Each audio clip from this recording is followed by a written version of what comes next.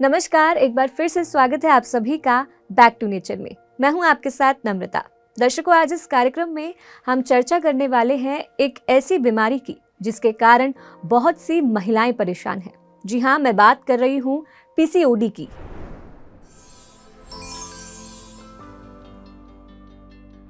PCOD के कारण महिलाओं को बहुत सी परेशानियों का सामना करना पड़ता है, बहुत सी दवाइयां खानी पड़ती है, बहुत से ट्रीटमेंट लेने पड़ते हैं।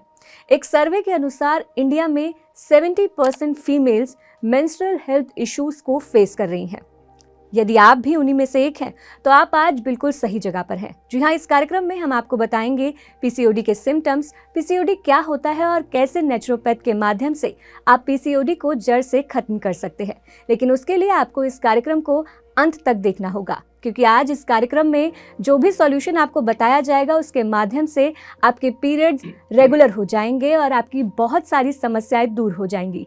और इस विषय पर तमाम जानकारी देने के लिए हमारे साथ इस कार्यक्रम में मौजूद हैं health expert naturopath doctor NK Sharma ji. तो चलिए बिना देर किए कार्यक्रम को आगे बढ़ाते हैं और स्वागत करते हैं सर का। सर, आपका कार्यक्रम में बहुत बहुत स्वागत है। सबको मेरा नमस्कार। तो सर, जैसे हम आज पीसीओडी पर चर्चा कर रहे हैं, तो मेरा सबसे पहला सवाल यही है कि पीसीओडी के सिम्टम्स क्या है, कैसे किसी को पता लगे कि वो पीसीओडी से सफरिंग है।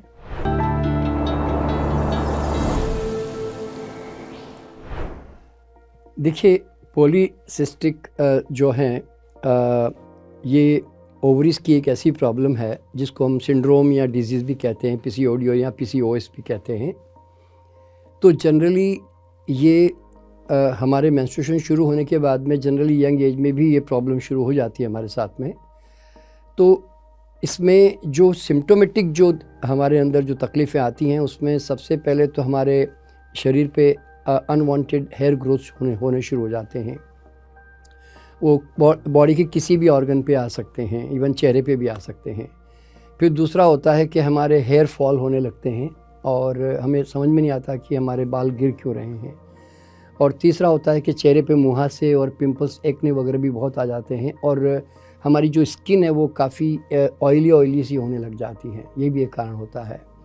और इसके बाद में नेक्स्ट जो उसका प्रॉब्लम आता है कि हमारे मेंस्ट्रुएशन में बहुत बड़ी प्रॉब्लम आती है, क्योंकि उसमें इरेगुलर मेंसेस आना या ज़्यादा मेंसेस आना या कम मेंसेस आना, एक प्रकार से मेंसेस का साइकिल जो है ना वो काफ़ी उसमें डिस्टर्ब हो जाता है। और फिर और इससे बड़ी और सबसे बड़ी समस्या आती है इनफर्टिलिटी की, कि उसके कारण, क्योंकि जब हमारी ओवरीज जब ब्लॉक हो जाती है तो फिर हमारे बच्चे होने की संभावनाएं बड़ी कमज़ोर हो जाती है। फिर हम उसके लिए बड़ा संघर्ष करते रहते हैं। तो ये समस्याएं बेसिकली इसके कारण ही आ रही होती हैं। आज आप देखोगे कि इनफर्टिलिटी इतनी कॉमन हो गई कि लोग अब IVF की तरफ जाना मतलब पसंद कर रहे हैं इस सब चीज़ों के लिए। तो इस तरह से ये सारे बेसिक सिम्टम्स जो हैं वो आते ही हैं। तो मेजर सिम्टम्स तो यही हैं जो मैंने अभी 4, 5, 6 तरह के बताए आपको। तो सर, हमने सुना है कि पीसीओडी के कारण डिप्रेशन भी होता है और कहीं ना कहीं पीसीओडी डायबिटीज से भी कनेक्टेड है, तो ऐसा क्यों है? हाँ, देखिए, मैं जब आप इसके में कॉज के बारे में चर्चा करूँगा तो फिर आप समझ जाएंगे कि बेसिकली हमारे इंसुलिन रेसिस्टेंस के कारण जो है हमारे बॉडी में फ़ैट का मेटाबॉलिज्म बहुत डिस्टर्ब हो जाता है। और उसके कारण हमारे बॉडी में हम जो भी कार्बोहाइड्रेट्स खाते हैं या हम फैट्स खाते हैं, शुगर भी खाते हैं, तो वो सब बॉडी में जो है एक प्रकार से बहुत बड़ा, एक तो डिपोजिशन करके वेट गेन करने में मदद कर रही होती है।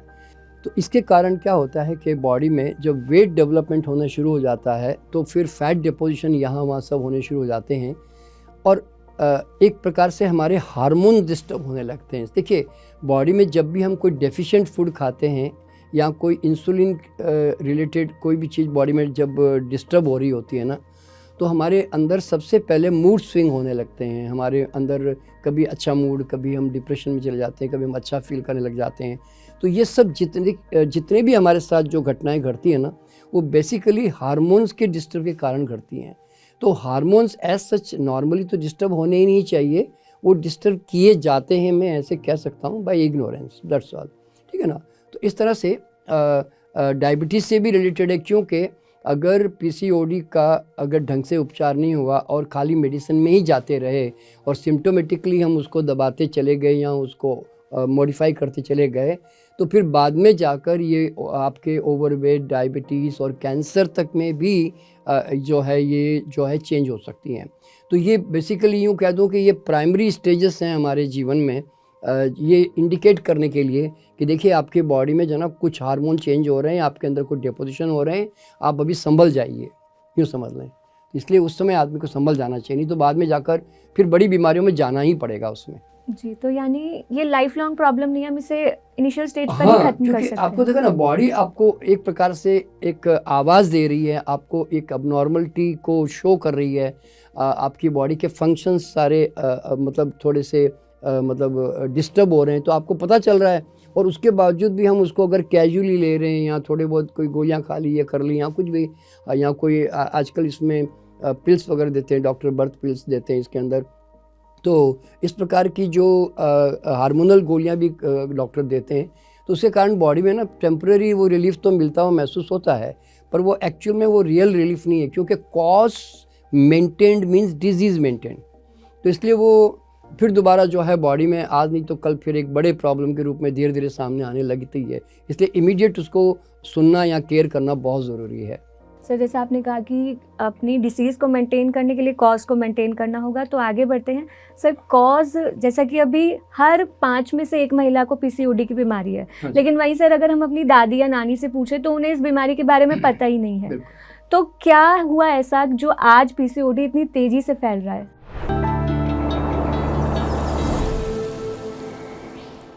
देखिए इसके पीछे अगर आप पिछले पुराने ज़माने में आप जाओगे तो आप अनुभव करोगे कि बड़े बड़े राजघराने या महारानी या बड़े बड़े अमीर घरों को छोड़ दें, जो कि परसेंटेज नील है एक प्रकार से, तो मैक्सिमम लोग जो है महिलाएं बहुत ही हार्ड वर्किंग थी। मतलब पानी भर के लाना, कुएं की तरफ जाना, और यानी तो घर के काम करना, मेहनत करना, चक्की पीसना, ये करना, वॉकिंग करना, लंबी लंबी दूरी तक पैदल चल पड़ना। तो क्या होता था कि बॉडी में अगर वो देखिए घी तेल तो पहले भी खाए जाते थे, मतलब घी का और मक्खन का सेवन तो सदियों से चला आ रहा है। और हाँ, उस समय एक तो ये थी कि प्रोसेसिंग ऑफ फूड इतना नहीं था, फाइबर बहुत ज़्यादा था, क्योंकि जब फाइबर हमारे बॉडी में ज़्यादा होता है ना, तो उसके बाद में क्या होता है, फैट जल्दी डिपोजिशन नहीं होती। तो वो भी चीज़ें उस समय हमारे लिए ईजीली अवेलेबल थी, और एक्सरसाइज का लेवल अच्छा था। तो अब क्या हो गया कि अब हम सर्वेंट रख पा रहे हैं, अब हम बाइयाँ घर में आती है, अब हमारे घर में नौकर होते हैं, तो अब ये सब बहुत कॉमन हो गया ना, अब सब सारी चीज़ें। और सेडेंट्री लाइफस्टाइल जो है बढ़ने लग गई है, तो बॉडी का मूवमेंट बहुत कम होने लग गया है। तो बॉडी की जितनी नीड नहीं है उससे ज़्यादा 4 गुना ज़्यादा फूड जा रहा है बॉडी में, एक्चुअली नीड से ज़्यादा। जितनी कैलोरी कंजप्शन नहीं है ना, उससे ज़्यादा बॉडी को जा रहा है, तो then body has to deposit, आप समझे ना, इस तरह से। तो इसलिए और सच बात यही है, मैं खुद भी जानता हूँ कि 50-60 साल पहले ये सब जो वर्ड है ना, ओवरी सिस्ट वगैरह, ये सब बहुत मुझे कम सुनने को आते थे। मतलब अब आज तो बहुत कॉमन हो गया है, हर एक, जैसे कहा तुमने कि भाई हर 5वीं महिला के साथ ये प्रॉब्लम है, ये बिल्कुल हकीकत यही है सिर्फ, वरना नहीं तो ऐसी प्रॉब्लम होने की कोई पॉसिबिलिटी नहीं है वास्तव में। देखिए बेसिकली क्या होता है कि हमारे बॉडी में ओरिजिनली देखा जाए ना, तो फैट का डिपोजिशन होता नहीं है। अभी आपने नोट किया होगा कि शेर मांस खाता है, ठीक है ना, कई जानवर मांसाहारी है, और हाथी भी अपना खाना खाता है, जैसे जिराफ अपना खाना खाता है। तो बॉडी में क्या होता है कि एक नेचुरल फैट जो है ना, जो होल है, और उसके साथ बहुत सारे इंग्रेडिएंट्स हैं जो फैट को अच्छी तरह डाइजेस्ट करती है। और तो एक होती है नेचुरल फैट, जिसको मैं कह सकता हूँ सोल्यूबल फैट। सोल्यूबल का फैट का मतलब होता है कि अगर आप कोकोनट मिल्क बना दो या कोकोनट खाओ तो आपके हाथ में तेल लगता नहीं है। आप बादाम भिगो के खाओ तो आपको हाथ में तेल लगता नहीं है ना, है ना। आप माँ का दूध हाथ में लो तो आपको तेल ऐसे हाथ में लगता नहीं है। तो वो क्योंकि उसमें ना सोल्यूबल फैट है, तो मदर्स मिल्क में और ख़ास करके जो नट्स, सीड्स और जो जितने भी फ्रूट्स वेजिटेबल्स में जो फैट होती है ना, वो ऑयली टाइप नहीं होती जो हाथ में चिपक जाए, ठीक है। तो सोल्यूबल फैट होते हैं ना, वो बॉडी में कभी डिपॉजिट नहीं होती। लेकिन जो इनसोल्यूबल फैट होती है, इसके कारण हम उसमें चेंजेस ले आते हैं कि समय के साथ साथ लोगों ने ना तेल बाहर निकाल दिया किसी चीज़ में से। अब तेल निकाल दिया तो वो तो अब ऑयल प्रॉपर आपके हाथों में फील होता है ना, वो इनसोल्यूबल है एक प्रकार से, पानी में डालो तो ऊपर रहता है ना, तो जैसे मैंने बताया कि आपको कि फ़ैट जो है 2 तरह की होती हैं। एक सॉल्युबल फ़ैट होती है जो कि वो आप पानी में घोलो तो घुल जाएगी, जैसे कोकोनट मिल्क की फ़ैट है। बादाम भिगो दो तो उसके अंदर फ़ैट नज़र नहीं आती, ना काजू भिगो दो तो नज़र नहीं आएगी। तो कोई भी नट्स सीड्स जब आप भिगो देते हैं तो उसके बाद में वो फ्रेश फ्रूट्स बन जाते हैं, तो वो फ़ैट नज़र नहीं आती। उसी तरह सारे फ्रूट वेजिटेबल्स में जो है नेचुरल फ़ैट होती है, तो वो बॉडी में चाहे आप 10 किलो खा लो तो भी वेट नहीं बढ़ता। अब देखिए ना, एक शेर जो है मांसाहारी जीव है और वो मांस खाता है, उसमें इतनी फ़ैट होती है, लेकिन शेर का वज़न कभी बढ़ता ही नहीं, क्योंकि उसकी बॉडी उसके लिए डिज़ाइंड है प्रॉपर्ली, ठीक है ना। तो हमारी बॉडी में हमें नेचुरल फ़ैट चाहिए होता है जो हम ज़िंदगी भर खाएं, कभी ये प्रॉब्लम आने की पॉसिबिलिटी भी नहीं है। लेकिन प्रॉब्लम कहाँ पे हो गई कि आदमी ने दूध में से घी अलग कर दिया, तेल वाले जो बीज होते हैं उसमें से तेल अलग कर दिया। तो अब वो अलग कर दिया तो फिर अब डालने की समस्या आई। तो हम लोगों ने क्या किया, अब अलग अलग तरह से ग्रेन्स में या और भी कई दालों में, तरह तरह की चीज़ों में हमने वेजिटेबल्स में डालना शुरू कर दिया। तो वो जो फ़ैट होती है ना, और कोई ऐसे कच्चा तो कोई खाता नहीं जनरली, तो सब तो कुक ही करते हैं, तो हीट करने से फिर वो थोड़ी हार्ड होने लगती है। तो ये सारी फ़ैट हमारे बॉडी में ना धीरे धीरे जमा होने लगती है। अगर मेहनत करते हैं तो शायद वो कैलोरी कंज्यूम हो जाए, लेकिन अगर मेहनत नहीं करते हैं तो फिर बॉडी में जाकर वो डिपॉजिट होने लग जाती है, क्योंकि आपकी रिक्वायरमेंट 100 कैलोरी की थी, आपने 200 कैलोरी बॉडी को दे दिया, तो बॉडी कहती है भैया ये तो ज़्यादा आ गया मेरे पास, तो वो कहते हैं कहीं ना कहीं जमा करो जी इसको। अच्छा, फिर दूसरी बात क्या हो गई कि तो ये फ़ैट हमारे बॉडी में आ गई। उसके बाद में सबसे बड़ा जो ख़तरनाक काम हुआ वो हुआ कि इन कुछ सालों में हाइड्रोजनेटेड फ़ैट का जो डेवलपमेंट हुआ, जिसको हम डालडा घी कहते हैं, ट्रांस फैट कहते हैं, वो सबसे ख़तरनाक चीज़ हमारे जीवन में आई। मतलब वैसे तो ट्रांस फैट देखिए 2 तरह से बनती है। एक तो ये डालडा से हम जो खाते हैं वहाँ से तो बनती हैं, और अगर हम तेल को बहुत ज़्यादा गर्म करते हैं ना तो वो भी ट्रांस फैट में कन्वर्ट हो जाता है। इवन जितने भी ऑयल है या घी वगैरह जितना ज़्यादा गर्म करेंगे ना, वो फिर बाद में 2 भागों में डिवाइड होकर वो फिर कार्सिनोजेनिक यानी कि कैंसर जनरेटर बन जाते हैं। मतलब इतने इरिटेबल हो जाते हैं बॉडी में। आपने कभी देखा होगा कि आप अगर किसी हलवाई की कढ़ाई में जाकर आप उसका तेल अगर हाथ में ले लो तो आपको है ना छुड़ाने के लिए 2-3 बार साबुन से हाथ धोना पड़ेगा, मतलब इतना वो स्टिकी हो जाता है। तो अब आप समझ सकते हैं कि आपकी बॉडी में जाकर ऐसे तेल क्या काम करेंगे। तो इसलिए जब तक हम ये बात नहीं समझेंगे कि हमारी बॉडी में जब तक सोल्यूबल फ़ैट जाएगी जो नेचुरल है, तो बॉडी में कभी दिक्कत आएगी नहीं और कभी जमा होगा भी नहीं। लेकिन ये इनसोल्यूबल फ़ैट जो है हमने अब बॉडी में जो एक आदत डाल दी, अब वो हमारे लाइफ का पार्ट बन गया। अब तो उस कंडीशन में अब उसका जो नुकसान है वो आपको भुगतना पड़ेगा। देखिए मेरा मानना क्या है कि नेचर में आप जितना इस तरफ प्रोसेसिंग की तरफ जा रहे हैं ना, प्रोसेसिंग, कुकिंग, रिफाइनमेंट, उतना ही आपको इस तरफ बीमारियों को भुगतना पड़ेगा। अगर आप होलसम नेचुरल कंडीशन में उस चीज़ को रखते हैं तो फिर ये सब समस्याओं का सामना कभी ज़िंदगी में करना ही नहीं पड़ेगा वास्तव में। जी सर, पीसीओडी की सबसे बड़ी प्रॉब्लम जो है वो फर्टिलिटी को लेकर ही है, जो इनफर्टिलिटी होती है महिलाओं को। तो सर सिस्ट कैसे बनता है अंदर? हाँ, देखिए क्या होता है कि जब हमारे बॉडी में कहीं पर भी कोई भी टॉक्सिक ब्लॉकेजेस होने लगते हैं ना, टॉक्सिक ब्लॉकेजेस किसको कहते हैं, जो बॉडी का अब हिस्सा नहीं बन सकता और वो एक्स्ट्रा डिपोजिशन के रूप में जमा होता है, हम उसको टॉक्सिक बोलते हैं। वो चाहे बलगम हो कि चाहे फैट हो, कोई भी हो। तो जब एक ओवरिस में भी जब ये डिपोजिशन शुरू होता है ना, तो उसमें प्रॉब्लम क्या आती है कि ओवरिस का जो नॉर्मल फंक्शन है, जो ओवम को सीक्रेट करना होता है, वो नहीं कर पाती, वो फंक्शन नहीं कर पाती। तो उसके कारण फिर बच्चे भी नहीं हो पाते, इनफर्टिलिटी का भी कारण बन जाता है। और उसके कारण जो है मेंस्ट्रुएशन का जो साइकिल एक प्रॉपर मेंटेन होना चाहिए, वो उसके चक्कर में हो नहीं पाता है। तो इसीलिए सिस्ट जो है हमेशा मतलब बनता रहेगा। तो समझो कि ये प्रॉब्लम इनफर्टिलिटी और मेंस्ट्रुएशन की हमेशा उसके साथ रहने वाली है। सर आगे बढ़ते हैं, अब सॉल्यूशन जानना है इसका। तो सर कैसे अपने फेशियल हेयर को कम करें, कैसे ओवरवेट जो हो रहा है उस सब वेट को कम करें, अपने हेयर फॉल को रोके, कंसीव करें, तो उसके लिए सॉल्यूशन जानना बहुत ज़रूरी है। नेचुरोपैथ के माध्यम से कैसे पीसीओडी की समस्या को जड़ से ख़त्म करें? देखिए पहली बात तो ये है कि हर आदमी को ये समझना बहुत ज़रूरी है कि हमारी बॉडी नेचुरली और नॉर्मली फंक्शन करने के लिए डिज़ाइंड है। मतलब हमारी आंखें बढ़िया देखना चाहती है ना, कान सुनना चाहता है, ओवरीज अपना बढ़िया काम करना चाहती है ना, यूट्रस अपना काम करना चाहता है।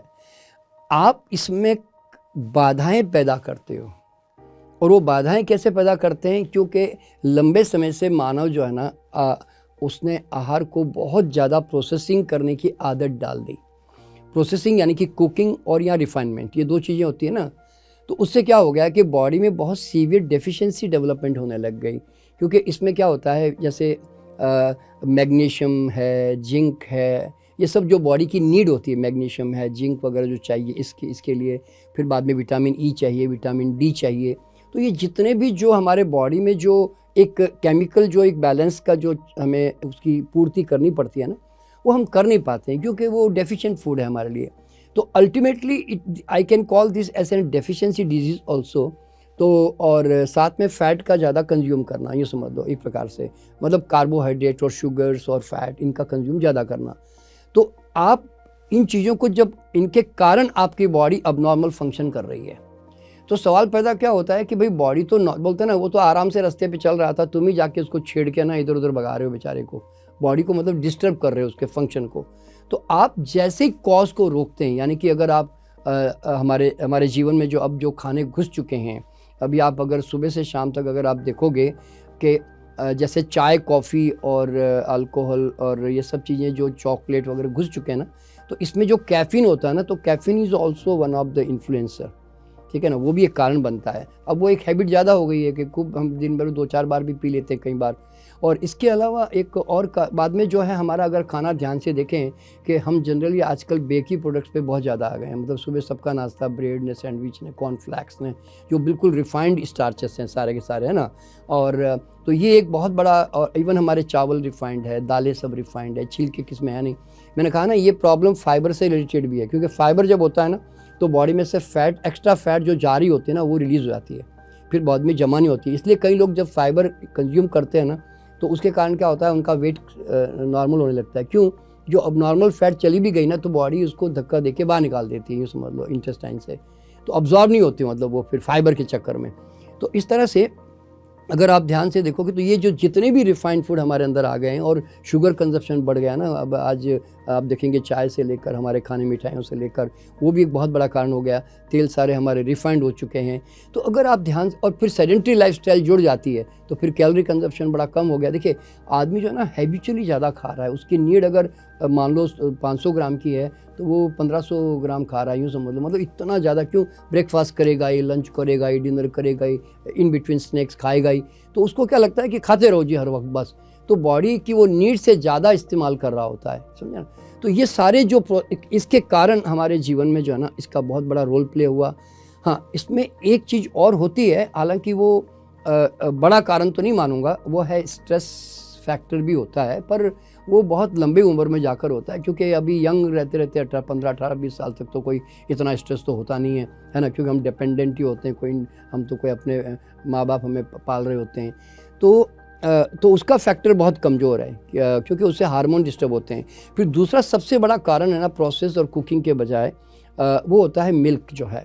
देखिए, मिल्क कंजप्शन, जितना आप दूध, दही, पनीर और आप खा रहे होंगे ना, तो दूध बेसिकली है ना हार्मोन से कनेक्टेड है। उसके अंदर इंसुलिन भी होता है गाय, और ग्रोथ हार्मोन्स होते हैं उसके अंदर। तो आप देखिए कि गाय का बछड़े को 2 साल में उसको 2000 पाउंड का बनाना है। आदमी का बच्चा 8-10 पाउंड का पैदा होता है और 20 साल में जाकर मैच्योर होता है। तो हमारी बॉडी के लिए ना वो बम्बार्टमेंट है एक प्रकार से, यूँ समझ लो हम एक प्रकार से हार्मोनल ड्रिंक पी रहे हैं, क्योंकि बचपन के बाद में गाय का बछड़ा भी नहीं पीता दूध तो, पर हम लोग अननेसेसरी, जब हमने गाय भैंसों को पाल लिया, बकरी को पाल लिया, हम उसके दूध भी पीने लग गए और ज़िंदगी भर पीने लग गए, जो बचपन के बाद नीड नहीं होती। तो देन आप एक प्रकार से स्टेरॉइड ले रहे हो, समझ लो आप, अगर दूध पी रहे हो तो इसीलिए अब कभी कभार शौक से पी लिया अलग बात है, लेकिन नॉर्मली अगर आप बॉडी को रेगुलर सप्लाई कर रहे हो ना, तो then you have to suffer, समझे ना। इसी तरह कई लोग बहुत ज़्यादा नॉनवेज लेते हैं जिसमें फ़ैट होती है। तो नॉनवेज में भी क्या होता है कि उसमें एक तो खास करके अंडे होते हैं, उसमें भी तो आफ्टर ऑल एक चिक को बाहर लाने के लिए तो हार्मोन्स होंगे ना, क्योंकि कोई भी चीज़ ग्रोथ जहाँ बढ़ाता है वहाँ पे हार्मोन्स होते ही हैं। तो आप एक हार्मोनल ड्रिंक खा रहे हैं ना, फिर मीट खा रहे हैं तो एक नॉन टॉक्सिक हार्मोन्स खा रहे हैं। क्यों? जब प्राणी को मारते हैं तो उस समय उसके अंदर एक बड़े फियर के टॉक्सिक हार्मोन रिलीज़ होते हैं, है ना। और हमारे आपके तो इस काम में तो वेजिटेरियनिज्म को हम इतना प्रमोट कर रहे हैं, तो हर एक को समझना चाहिए कि हम इतना टॉक्सिक और डेड फूड अपने बॉडी को कैसे दे सकते हैं। लेकिन खैर लोग अब खा रहे हैं अब आदत के मारे। तो ये सारे जो कारण है ना, ये मेजरली और प्लस एक्सरसाइज का थोड़ा लो हो जाना। तो इसलिए जितना योगा और एक्सरसाइज कोई करता है ना, तो फिर ये प्रॉब्लम उसको इतना फेस करना नहीं पड़ता, ठीक है ना। फिर हमारी एक और प्रॉब्लम इसके अंदर, वो है सर्काडियन रिदम। हमारे बॉडी में हम लोग जो आजकल नाइट वर्क करने लग गया ना रात को, तो उनकी साइकिल जो है बिगड़ गई है, क्योंकि हमें 9-10 बजे सो जाना चाहिए और सुबह 5-6 बजे उठ जाना चाहिए। तो अब वो साइकिल कई लोगों की जॉब के कारण बिगड़ भी गई हैं, और तो उसके कारण भी लोगों की जो है ना बॉडी के हार्मोन्स और केमिस्ट्री में ना बहुत बड़ा बदलाव आने लग जाता है। और महिलाएं भी आजकल नाइट ड्यूटी करने लग गई है ना, सब कुछ। तो इसलिए जब तक, अब देखिए क्या होता है, ये सब कॉजेस है जो हमने अनजाने में इग्नोरेंटली जोड़ लिए हैं। अब आप जब तक इन कॉजेस को नहीं जानेंगे और निकालेंगे नहीं, देखिए मेरा मानना क्या होता है, बॉडी तो आपसे ज़्यादा परेशान है नॉर्मल काम करने के लिए। आप बॉडी को ठीक करने की कोशिश मत करो, आप सिर्फ उसकी जो कॉज है, जो डिस्टर्ब कर रहे हैं, जो डेफिशिएंसी क्रिएट कर रहे हैं, जो ओवर स्ट्रेन डाल रहे हैं, अब उसको ठीक कर दो ना। वो ठीक करते ही बॉडी तो नॉर्मल होने के लिए तो और संघर्ष ही कर रही है इस तरह से। तो इसीलिए पीसीओडी कभी ठीक नहीं करना पड़ता, और लोग जनरली थोड़ी सी लाइफस्टाइल ठीक करते हैं ना, वो उससे ठीक हो जाते हैं। आप अगर कोई भी गायनेकोलॉजिस्ट को भी सुनोगे या कोई किसी भी डॉक्टर को सुनोगे ना, तो आप देखेंगे कि वो एक ही चीज़ की राय दे रहा होता है कि consume more and more fibre and fruits and salads. अब चाहे किसी का भी वीडियो उठा के देख लो आप दुनिया में, मतलब क्योंकि ये सब जानते हैं कि भाई बॉडी को डेफिशिएंसी हो रही है, तो फ्रूट सैलड्स और नट्स भी इसमें बहुत इंपॉर्टेंट है। हमें नट्स खाने चाहिए, क्योंकि नट्स और जो होते हैं ना, वो नेचुरल प्रोटीन्स हैं। तो इस तरह से, तो अब इसका उपचार यही होता है कि अगर हम थोड़े दिनों तक हम मैक्सिमम अपने खाने में ग्रेन की मात्रा थोड़ी कम रखें, और हो सके तो फाइब्रस ग्रेन रखें। और अब तो मिलेट का दौर चल पड़ा है, तो वो फाइब्रस ही होता है। तो कोशिश ये करें कि लंच और डिनर में आप थोड़ा लेसर ग्रेन, यानी कि अगर आप रोज़ अगर मान लो 4 रोटी खाते हैं, 2 कर दें, यानी कि 50% कम से कम कट डाउन कर दें। तो उससे क्या होगा, कार्बोहाइड्रेट जो है ना उसके अंदर जो जा रहा है बॉडी में, वो थोड़ा सा लिमिटेड हो जाएगा, है ना। और थोड़ा कार्बोहाइड्रेट बॉडी को चाहिए, वो फ्रूट से हमें मिल जाएगा। और सैलड इंटेक बढ़ा दें, वेजिटेबल जूसेस वगैरह, रॉ वेजिटेबल जूसेस बढ़ा दें, स्प्राउट्स को बढ़ा दें जो प्रोटीन का अच्छा सोर्स है, और नट्स और सीड्स को बढ़ा दें, ठीक है ना, इस तरह से।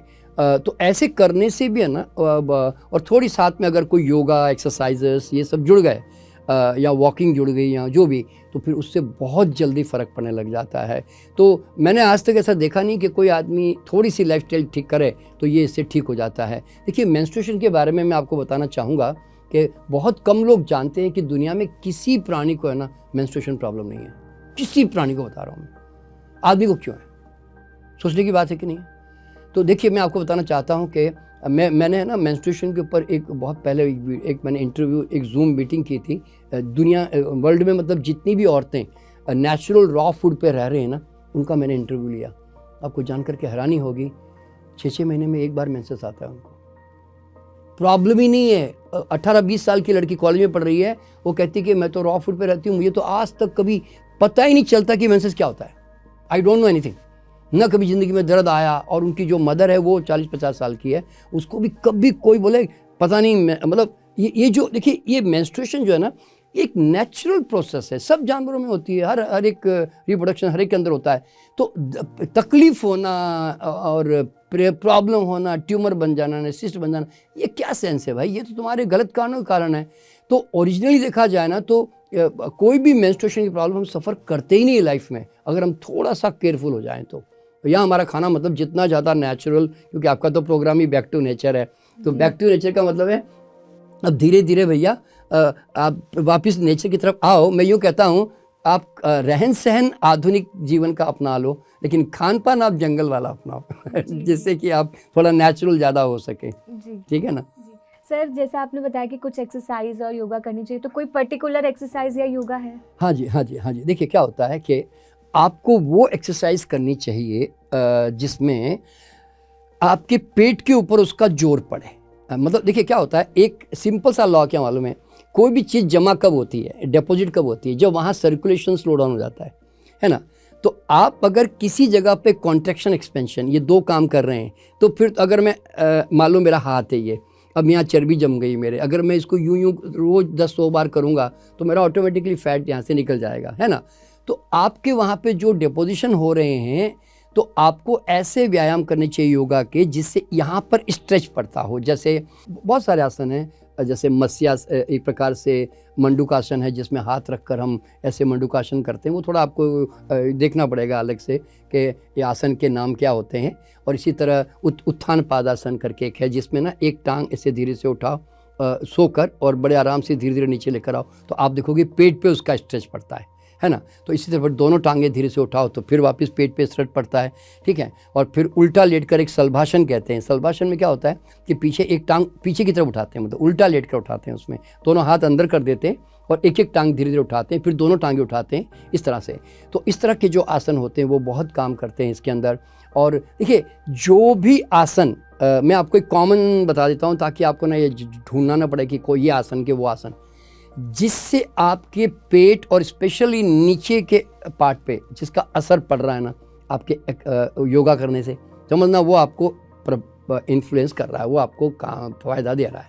अब देखिए मैं एक जनरल एक्सरसाइज बताता हूँ सबको। उसमें क्या करता हूँ, मैं उनको कहता हूँ कि आप है ना किसी खंबे को या किसी दीवार को पकड़ लें और आप अपनी टांग को स्विंग करें, ऐसे ऐसे आप अपनी टांग को स्विंग करें। तो आप देखो, आप जब टांग को स्विंग करोगे तो नीचे आपका जो पेट है वो ऐसे ऐसे तो होगा ना, ऐसे ऐसे कॉन्ट्रैक्शन एक्सपेंशन होगा ना। तो आप जब टांग को स्विंग करते हो ना तो पूरा पेट जो है ना उसके अंदर जो है बहुत एक्टिव होने लगता है। तो आप 50-100 तक भी कर सकते हैं आराम से, खड़े खड़े स्विंग ही तो करना क्या है। तो उससे भी है ना आपके पेट पे बहुत बड़ा असर पड़ता है। हाँ, एक चीज़ जो हम इसमें देखिए, वैसे तो आपका तो मेडिटेशन एक बहुत बड़ा पार्ट है, क्योंकि मेडिटेशन से क्या होता है कि रिलैक्सेशन के कारण हम प्राण ऊर्जा बहुत ज़्यादा उससे रिसीव करते हैं, तो उससे भी है ना अपने आप फ़र्क पड़ने लगता है। देखिए मेरा मानना क्या है कि आज आप 100 वोल्टेज की प्राण ऊर्जा में आप एक खाना खा रहे हो और गड़बड़ कर रहे हो, तो आपको लगेगा कि अब आपकी मेडिटेशन करने से 200 वोल्टेज बढ़ गई, तो आपकी बॉडी की टॉलरेंस पावर और गंदगी को निकालने की पावर जो है वो बढ़ जाती है और डिपोजिशन कम होने लगता है।